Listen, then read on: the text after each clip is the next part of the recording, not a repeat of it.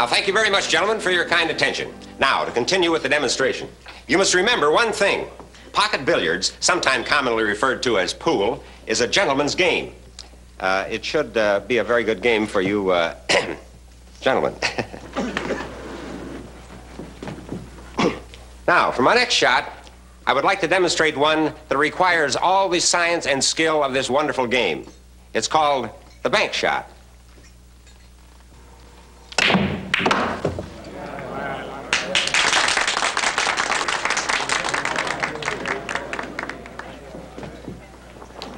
That fellow there sold me the table.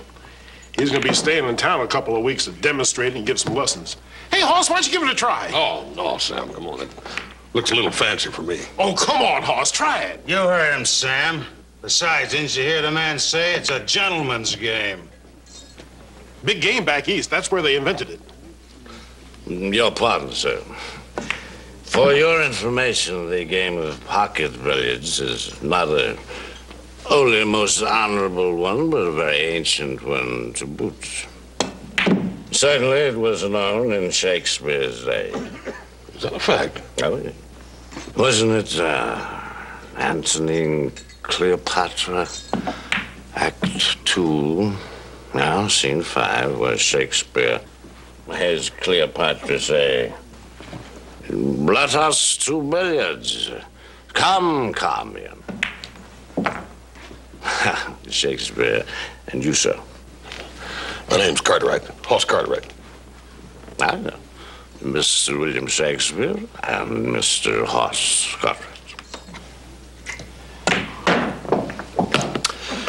My name is Parker, Whitney Parker.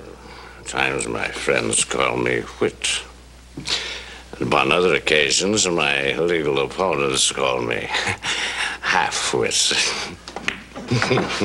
You're a lawyer? That's what it says in my diploma. Yet. You figuring on hanging around Virginia City? Maybe. I kind of like the looks of things around here. Now, that, gentlemen, is called the break shot. That starts off the game. Now, which one of you gentlemen would like to try to take this cue and put some of those balls in the pocket? Well, now, really, gentlemen, I'm offering you a great opportunity here to learn this game. It's an awful lot of fun. Won't cost you 1 cent. I'm sure, gentlemen, that you... What, don't I have any takers?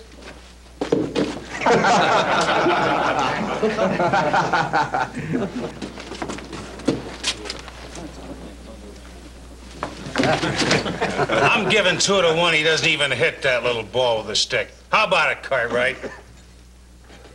You got your big brother's permission to bet? Never mind, my brother. How much you want to bet? Oh, make it 25 against your 50. You got to bet. Sure. I think I'd better show you how to hold the cue. This is the cue.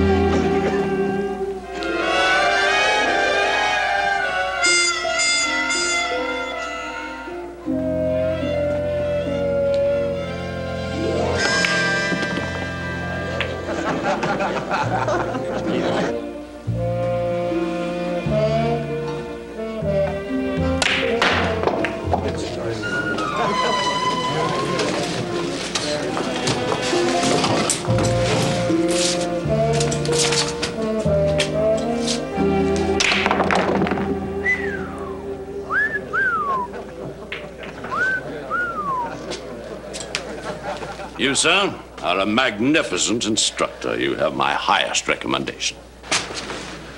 $50, Mr. Durfee. You and this tin horn are in cahoots. You're nothing but a dirty swindler, Cartwright. The bet's off.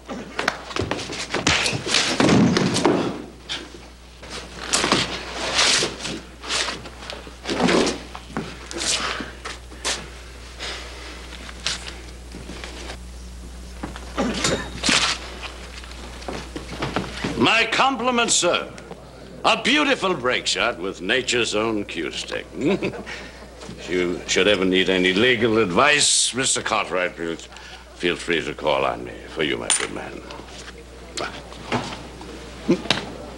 Keep the change. Gentlemen, good day. Let's hope you never need a lawyer that bad, Hoss.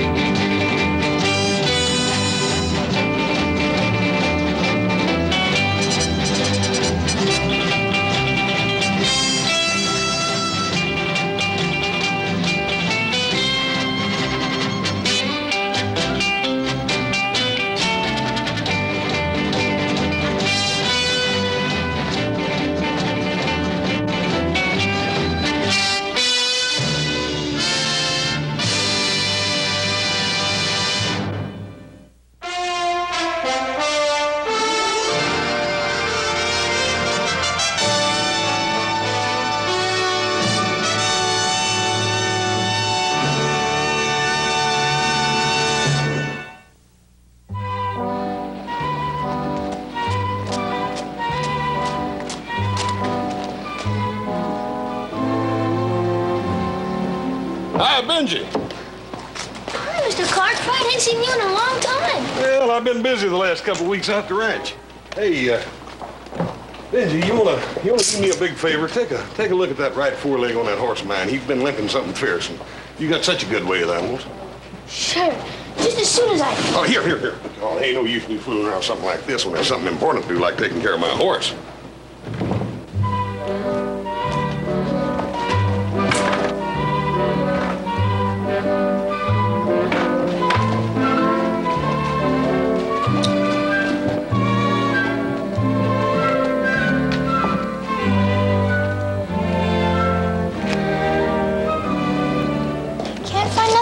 Mr. Cartwright? I'll be dead, Bart. Well, the old son of a gun's kind of moody, Benji. I reckon he's just in a mood to limp. I'll walk it out of him. Look at him. What I tell you about his being moody, see, now he's in the mood to walk. Mr. Cartwright, you think I'll ever be big and strong like you? I don't know, Benji. That sort of depends on how big your folks was. Oh, my pa sure ain't big. My grandpa, he was a real big un, they say. Monstrous. Well, in that case, Benji, if you'll concentrate on it real hard, I'll bet you one of these days you'll make it. I'll sure try, Mr. Cartwright. I'll bust my britches trying. Well, I gotta go now. Bye-bye. So long, Benji.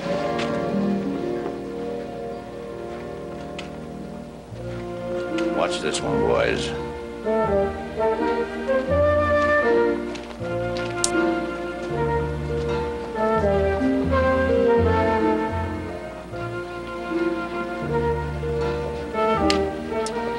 Now I shall demonstrate a shot executed in the most difficult manner possible.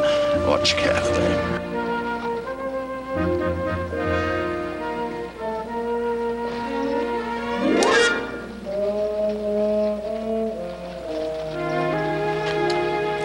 Gentlemen, thank you for the game. Yeah, why don't you fellas divvy these up between you, huh?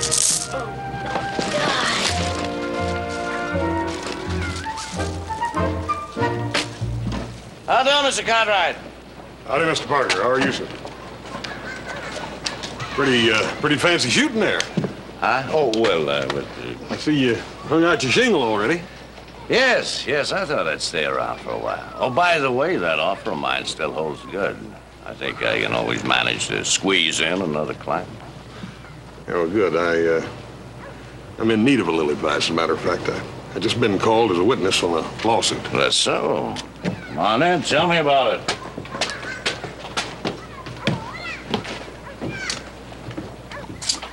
You know, Hoss, since I last saw you, I've been pretty busy handing out free legal advice in between shooting some pocket billiards and playing marbles with some future clients. You don't even keep the marbles. That ain't no way to get rich. Oh, no. Hold on. All my advice isn't free. Besides, I got a big case coming up. DeWitt Parker. the companion of the Illinois 8th Circuit from his friend, A. Lincoln. Yes, I was proud to be his partner. Another lawyer, huh? Not just another lawyer. That's Abe Lincoln. The Abraham Lincoln, leader of the Illinois bar. Oh, not the kind of bar that I've been frequenting lately. You know, back east, there's some talk of him running for president. Oh, he's a great man. First-rate marble player, too.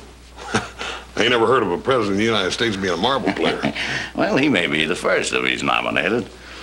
Yeah, he just loves to play marbles with those two boys of his, Willie and Tad, you know, and their friends. Bowls a good game of 10-pins, too, with those long arms of his, you know. Well, what else is he good at besides marbles and 10-pins? Well, one thing, he'd tell you a joke, make you split your slides laughing. Well, take it from me. A man like that ain't gonna never be president of the United States. He ain't serious-minded enough. The president's gotta be serious and smart. Oh, he's smart, all right. He's smart, it's just that, he uses a joke maybe to illustrate a point, you know, like when he and Mr. Stephen Douglas having those debates back in Quincy, you know, when they both running for United States Senator. I remember one time he said, Mr. Douglas, he says, that argument of yours is about as thin as the soup you'd get from boiling the shadow of a pigeon that's been starved to death. That is a good one. Hoss, I brought you in here to talk about your case, and here instead I'm talking about Mr. Lincoln. I'm afraid that's an old habit of mine. Sort of nasty business. It involves the Durfee brothers. The Durfees? Yeah. Remember that feller that tried to welch on that bet with me in the saloon that day when me and you first met? Yeah, I know the Durfees. What about him? Well, that one's Ev. Now, he ain't nothing but a bully. But his brother Flint, he's a smart one. Sometimes a little bit too smart. For years, he's been trying to wrangle the water rights off of old Nat Sheldon. And those water rights are about the only thing that was worth leaving that Nat left his family. And now, Flint Durfee's trying to steal them from him. Steal them? Hey, that's a pretty strong statement, Hoss. Well, not in this case, it ain't. See, I know Flint Durfee. Flint Durfee's hired me to be his lawyer. You got yourself a pretty rotten case then, Mr. Parker. I'm not the kind of lawyer who's going to get mixed up in anything shady. You have now.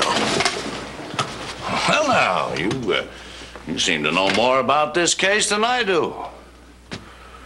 Yeah, I probably do. Look, Mr. Parker, about 3 weeks ago, I rode out to Nat Sheldon's place. Nat's been sick for several days. I found him laying there on the sofa in his parlor with a pen still in his hand.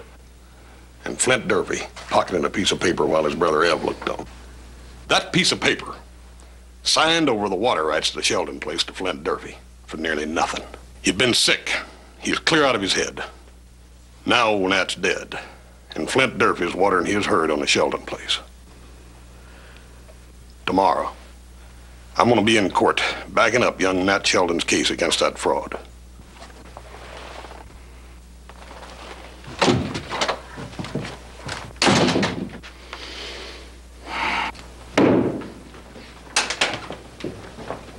I've never asked you to use what little brains you've got, only your muscles. You can't even use those. But Flint... All you had to do was throw those squatters off our land. That's all, just throw them off. But Flint, they had guns. You want me to get shot or something? Come in.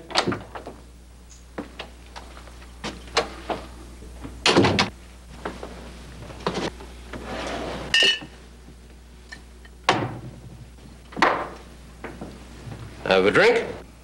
No, thank you. I'd just like to have a little talk with you.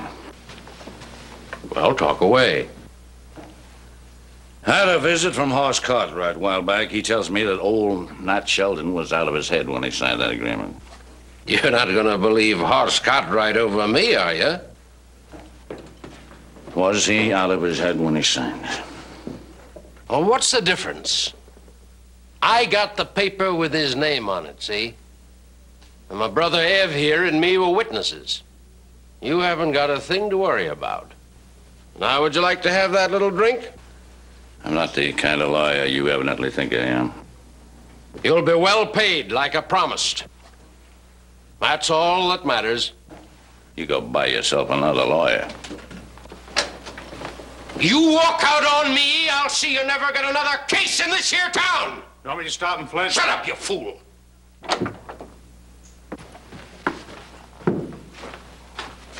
I'll tell everybody I threw you off the case because you were too drunk to handle it. Do you hear me? Drunk! Drunk! Drunk!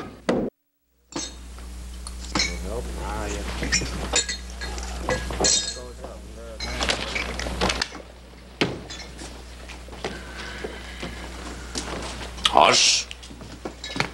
No. No, thank you. I've temporarily lost my taste for whiskey. Beer, if you please. Unfortunately, Hoss, you were right about Mr. Durfee.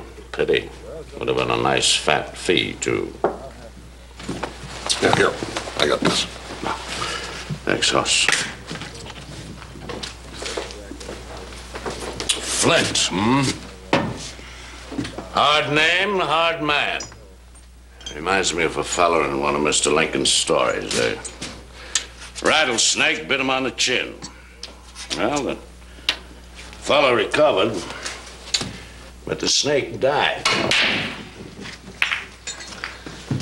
Whit, what's wrong with a fella like Flint, anyhow? I remember Mr. Lincoln walking down the street in Springfield one time. He had his two boys, Tad and Willie, one tucked under each arm, crying fit to bust. So I asked Mr. Lincoln what the matter was. Whit, he says to me, the same thing that's wrong with the world. He says, I got 3 walnuts in my pocket. Each of them wants 2 of them. She agreed. That's what's wrong with Mr. Durfee. And that brother of his. He's sheer ornery. Be mighty careful with. His bite's worse than a rattlesnake's. Of course, come on, you're making me nervous.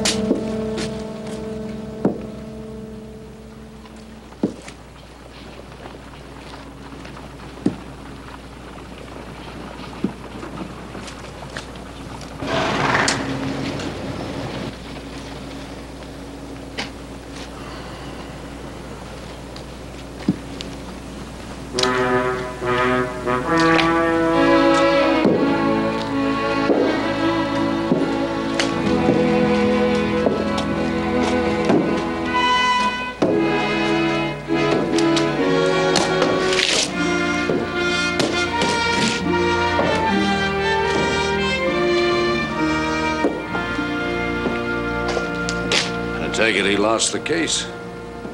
Look, Whit, why'd you let them 2 buffalo you like that just now? Buffalo me?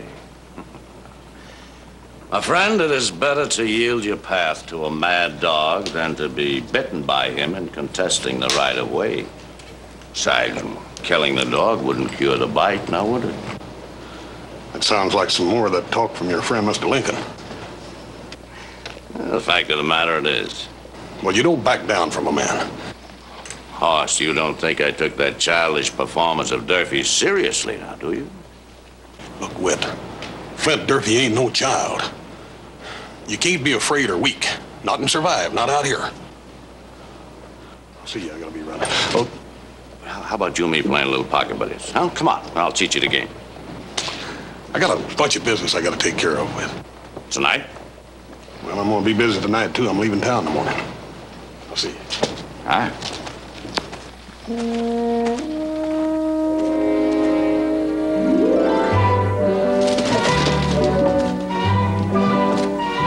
Hiya, Benji. Hi, Mr. Cartwright. Mind if I walk with you? No, enjoy the company. You don't want to stay up too late, though. It might stunt your growth. Well, I just had to stay up late fixing up these packages for Mrs. Gentry. Usually I get to bed pretty early, though.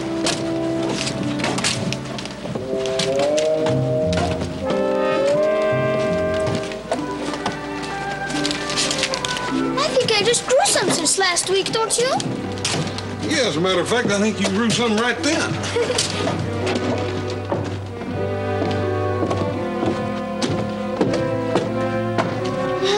I gotta deliver these packages now, Mr. Cartwright. Well, I'll see you in the morning, Benji. Night, Mr. Cartwright.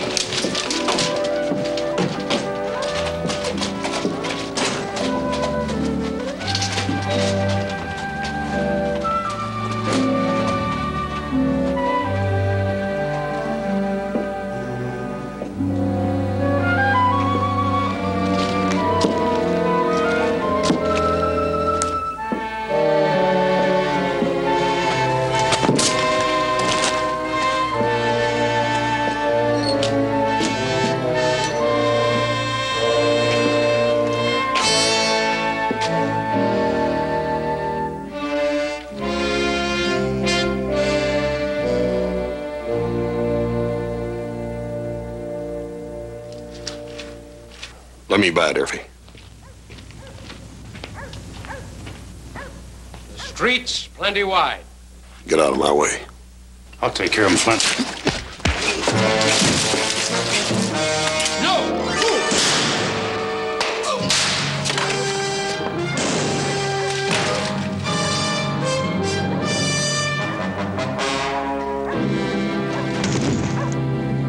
Hey, what's all the shooting about? Hurry, Sheriff, hurry! Gotta get the doctor. Looks like somebody's been shot. He shot my brother. Horst Cartwright killed him. He killed him in cold blood.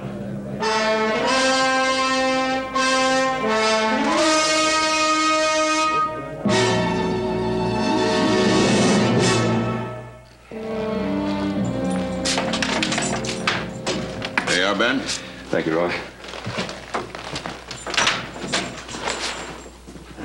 How's the head?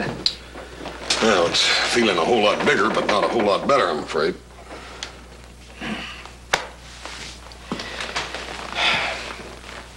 Boss, I'm not going to be able to get you out on bail. Ev Durfee made it hard all around. Even got him to get an outside prosecuting attorney. Who? Byron Evans of Carson. Oh, boy. A real hanging prosecutor. He's never failed to convict. Let's hope that this time we can spoil his record. Yeah, I sure hope so. And that's why I think we need the best man we can possibly get, no matter who, Hoss. Paul already got a lawyer, Whit Parker. Now, that's what I'm trying to get at, Hoss. Nobody knows him. You hardly know him. He's a stranger whose best friend is a bottle. Well, that's one that Ev Durfee started. Look, Hoss, now you know very well that it's hard enough for a lawyer to try a case when he's sober. And Mr. Parker is a hard drinker. Isn't he? Paul, all I know is that Whit Parker ain't gonna let drinking get in the way of doing the best job he can for me. Paul, he's smart. He's real smart. If I'd listened to his advice, I wouldn't be here now. Hoss, I'm talking about your life. We can't risk this man. That's right, Paul. It is my life. And that's why I need to have the choice in deciding who's going to defend it. Look, Paul, he's heard my side of it, and he says we got an easy case. Easy case. No murder case is easy. It needs intelligent handling. It needs a man. Paul, Whit Parker ain't a nobody like you think. Back in Illinois, he was a very important lawyer. One of his best friends was Abraham Lincoln. You've heard of him, ain't you? Yes. Yes, I've heard of him. If Mr. Parker was such a big and important man back in Illinois, why did he leave there to come out here? Why?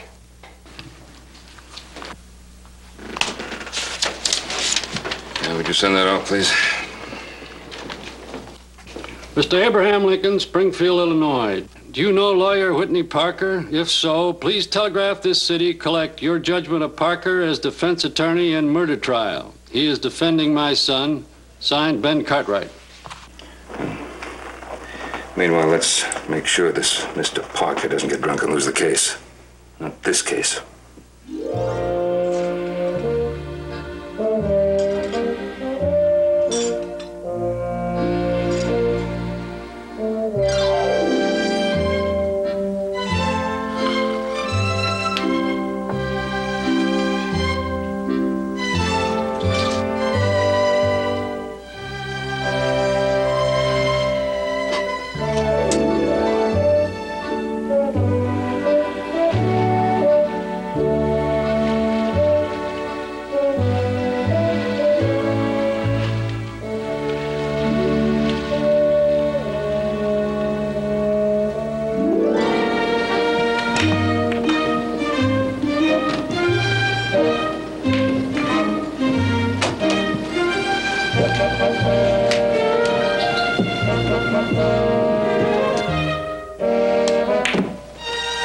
Quit.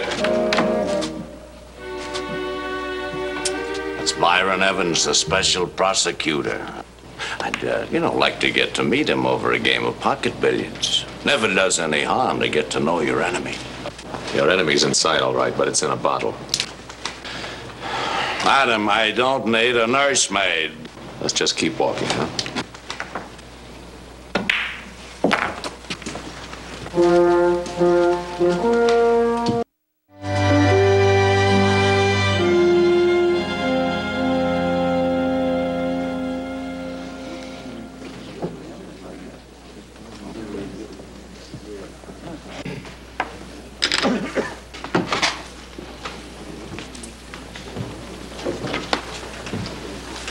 Your Honor,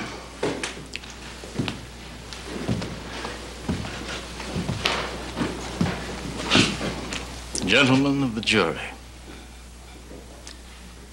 this is a crime so heinous, so dastardly, as to freeze the very marrow of your bones.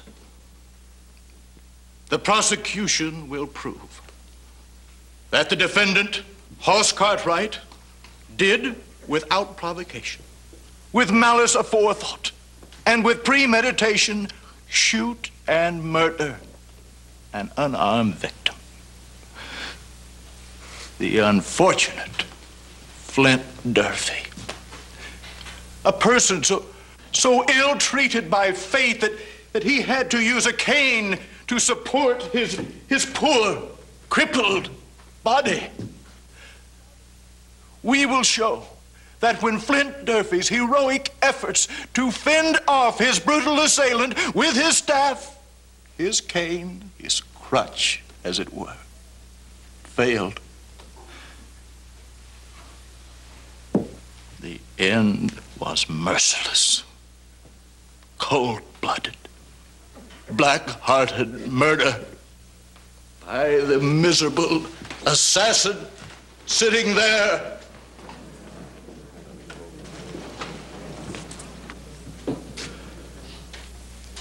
I ask, I demand that Hoss Cartwright pay the penalty for that murder, that he be hung by the neck until he is dead, dead, dead.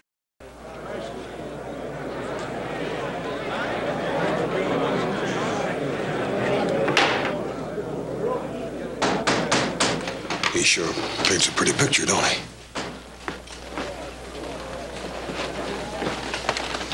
Any word from Mr. Lincoln?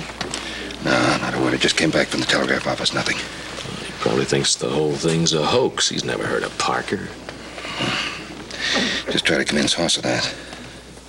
Tell this, if we don't hear pretty soon, I'm going to get another lawyer, whether Hoss likes it or not. Your Honor,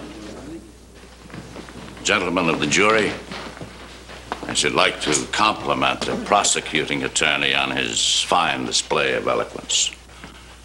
Indeed, one might say of Mr. Evans, as has been said of the great Daniel Webster, that when he speaks, he just shines his eyes, throws out his arms, and twirls his tongue around a couple of times, opens his mouth, and leaves the consequences to heaven.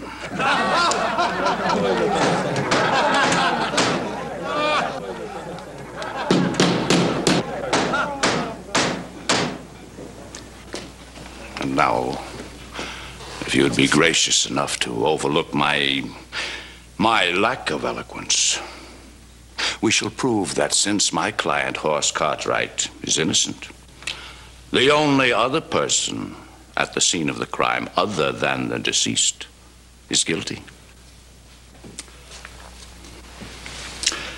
Ev Durfee.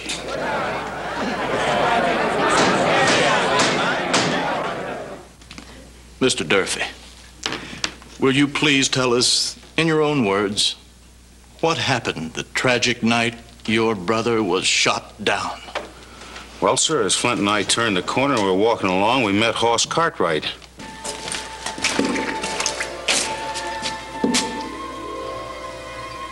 Let me by, Cartwright. Street's plenty wide, Durfee. Out of my way, Cartwright! What are you gonna do? You gonna hit me with that cane, Flint? It's about time somebody's teaching you a lesson. I'll take care of him, Flint. No! He shot my brother. Horse Cartwright killed him. And that's the living truth.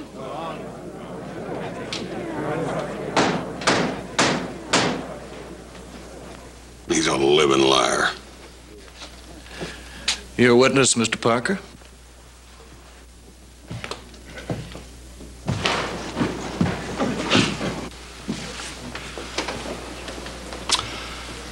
Mr. Durfee, is it not true that for years your brother used you as a sort of protector? Well, if you mean protecting him from murderers such as Horse Cartwright, yes. Except that you didn't finally protect him from murder, did you? You loved your brother. Well, yeah, sure. Why did you love him? Huh? What was there about him that made you love him? Well, I can't answer such a dumb question as that. Very well, then. Tell me, why did you hate him? What? What did you hate more? That he was rich and paid you off in a cowhand's measly salary? Or that he was smart and he was contemptuous of your ignorance? That he commanded and you groveled? What did you hate most? Tell me. I see here, Your Honor. That is an unfair question, Mr. Parker. The witness need not answer. No more questions. What? Call Horse Cartwright to the stand. And then? Well, then I did sure enough meet up with Flint Durfee, just like his brother said.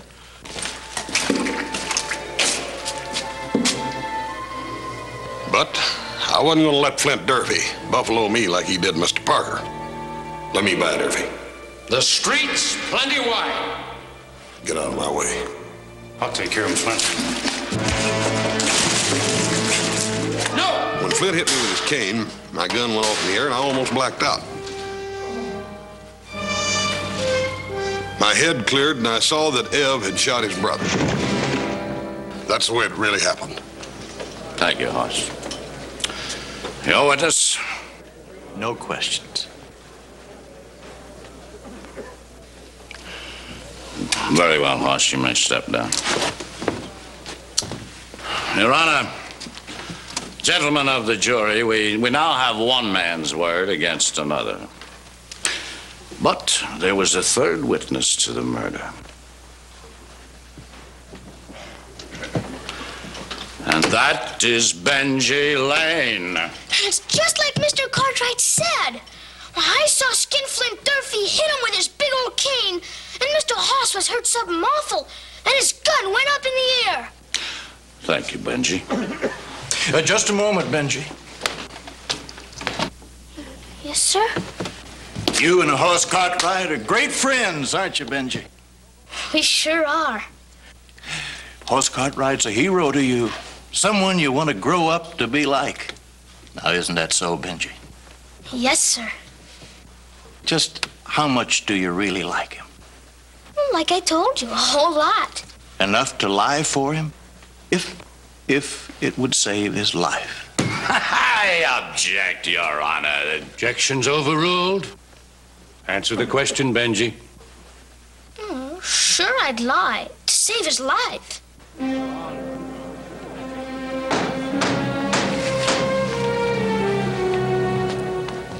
But Benji, when you told your story on the stand here just now, you didn't lie then, did you? No, sir. I told exactly what I saw. Good boy. Good boy.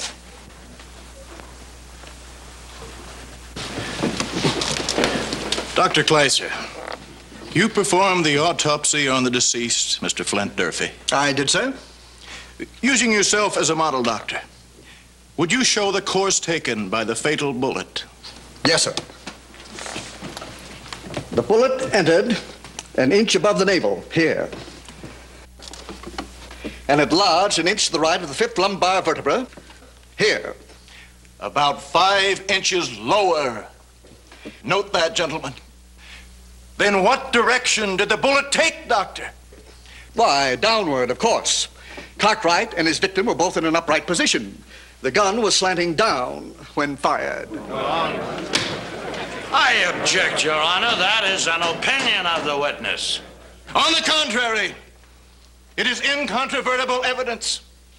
If, as counselor contends, Mr. F. Durfee shot his brother, the course of the bullet would have had to have been upwards. But it didn't go up. It went down. Down, gentlemen, down. Proving that Hoss Cartwright is not only a liar, but guilty of unprovoked attack and cold-blooded murder! Order! Order in the court! Order! Order! Order! Order in the court! Order! Order! Order in the court! Order! Order! Order in the court!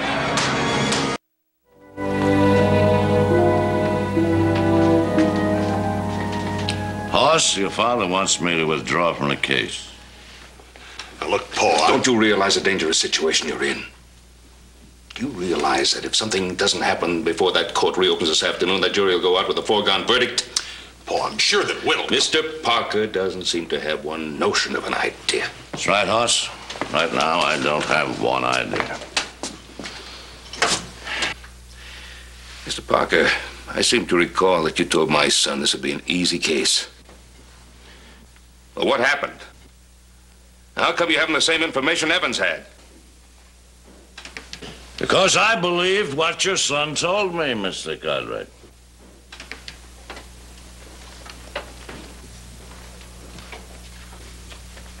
Whit, don't you still believe me? Yes, Hoss, but... well, maybe when Flint struck you, you fired at him without really knowing. No. No, I was dizzy, but I wasn't that dizzy. My gun went off in the air. Ah, well, maybe a new lawyer will be able to come up with something. I don't want a new lawyer. Hoss. Stick with me. I think maybe it's time I told you what happened with Mr. Lincoln and me. He was traveling the 8th Judicial District, you know, and he shares his cases in different towns with different lawyers. I was his associate in Clinton, Illinois. And we were trying an important case. Mr. Lincoln had to leave town before we finished, so I took over on my own. And then some trouble come up at home. I went out and got roaring drunk. First time ever, you know, while I was working. That is, I made a spectacle of myself. Lost the case. I was afraid to face my client and Mr. Lincoln, mostly Mr. Lincoln, so I decided to run off, heading for California.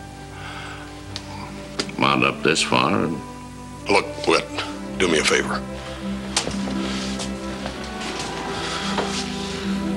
Don't run away this time. Hoss, believe me, you'd be much better off with some other lawyer.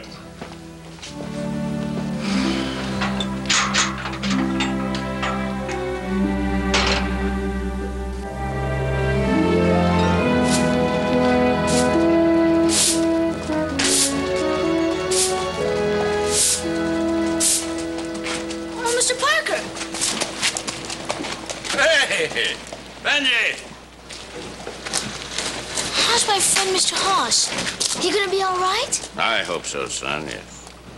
Well, gee, I don't know why they don't believe Mr. Hoss and me. We wouldn't lie about a thing like that. I know that, Benji, but you see, they're the medical testimony. But it was as plain as day, Mr. Parker. Yeah, I know. I know that's what you testified in court, Benji, and we appreciate it. You tell Mr. Hoss I'll do that testifying again, anytime he wants me.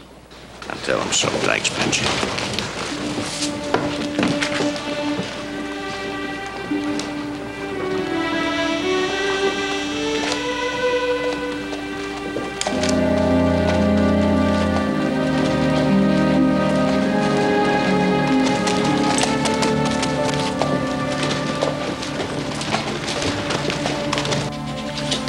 Mr. Parker? I'm whiskey, but... Mr. Parker, are you sure? I'm sure.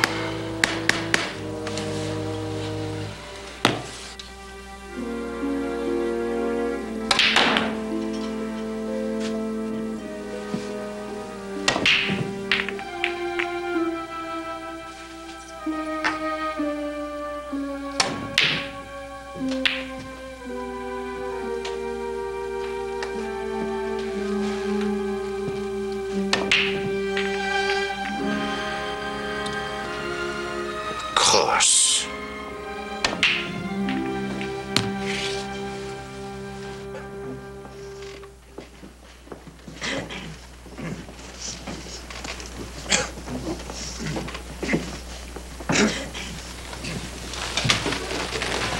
Your Honor? Yes? Your Honor, I'd like to make a request. Well, what is it, Mr. Cartwright? I'd like to request a little time to hire a new attorney. Mr. Cartwright!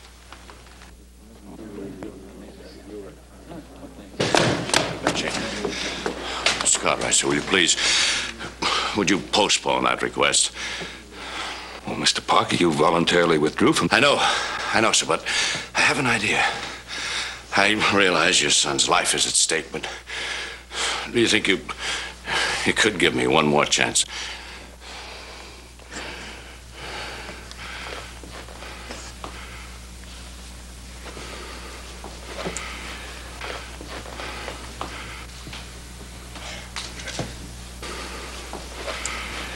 All right.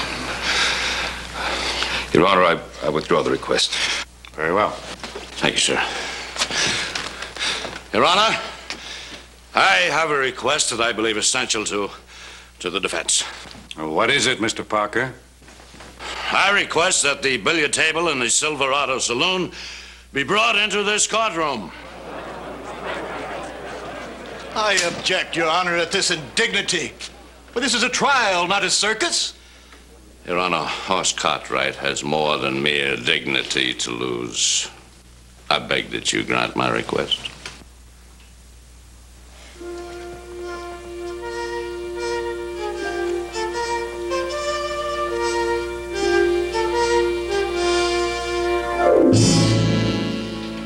I now call Mr. Byron Evans to the stand. Your Honor. Mr. Evans, I don't think it necessary that you be sworn in. But as a fellow enthusiast of the ancient and honorable game of pocket billiards, may I ask you, please, to demonstrate your expert technique for the gentlemen of the jury? Mr. Parker, is this relevant to your defense? I assure you, Your Honor, it is most relevant. Mr. Evans, if you please.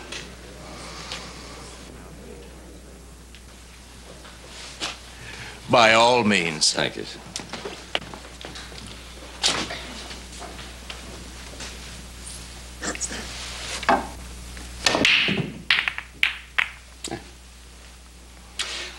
Now would you straighten up, please, Mr. Evans?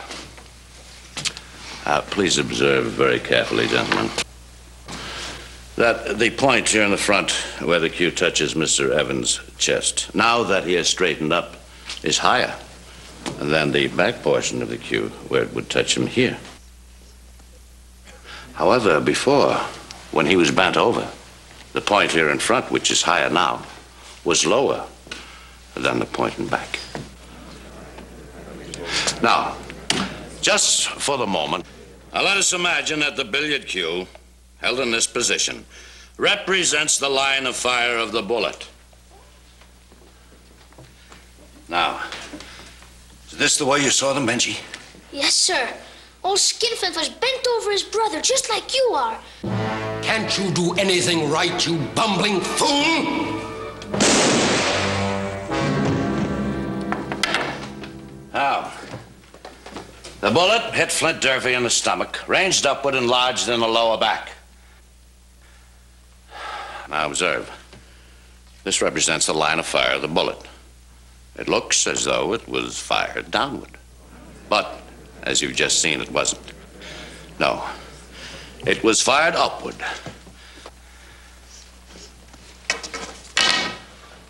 By Ev Durfee. That's a lie! Lying on your back as the brother you hated bent over you, trying to strike you with this cane, just as he had struck Horse Cartwright, knocking him temporarily senseless so that he didn't see how you shot your brother. A lie! I think the jury will decide who is lying, Mr. Durfee.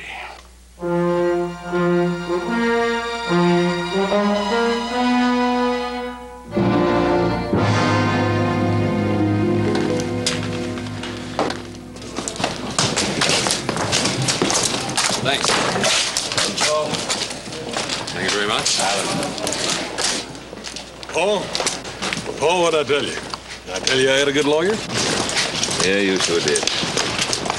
I was wrong, and I'm sorry. Parker, again, I just don't know how we can thank you, all of us. You'll get your chance, Mr. Cartwright, when I send you my bill. Mr. Cartwright! Mr. Cartwright! Mr. Cartwright! Yes, Benji? This telegram just came for you. Oh, Mr. Bartlett asked if I'd give it to you. thank you, Benji.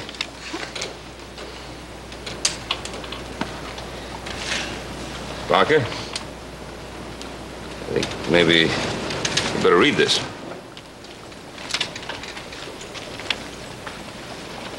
Just returned from out of town, replying to your inquiry, my friend Whitney Parker is a first-rate attorney. I would still trust him to defend my life. Tell him I have some cases needing his rare talents. Hey, Lincoln.